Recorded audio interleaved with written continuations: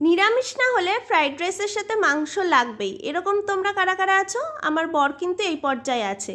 তো যাই হোক, আজকে তোমাদের সাথে পেঁয়াজ পাতায় মাংসের রেসিপি শেয়ার করছি। প্রথমে পেঁয়াজটাকে ভেজে নিয়েছি, তারপরে দিয়ে দিয়েছিলাম আদা রসুন কাঁচা লঙ্কা বাটা।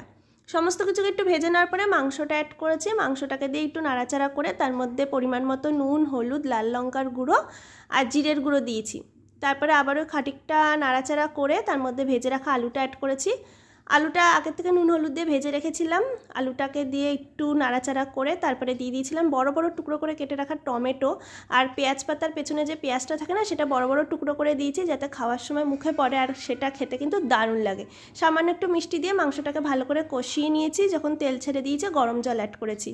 ঝোলটা যেই ফুটে গেছে তখন পেঁয়াজ পাতাটা দিয়েছি। আবারও কিছুক্ষণ ফুটিয়ে নেওয়ার পর নামানোর আগে গোলমরিচ আর গোটা গরম মশলা শুকনো কড়াইতে তেলে গুঁড়ো করে রেখেছিলাম, সেটা দিয়েছি। ব্যাস তৈরি হয়ে গেছে, তোমরাও ট্রাই করো একদিন।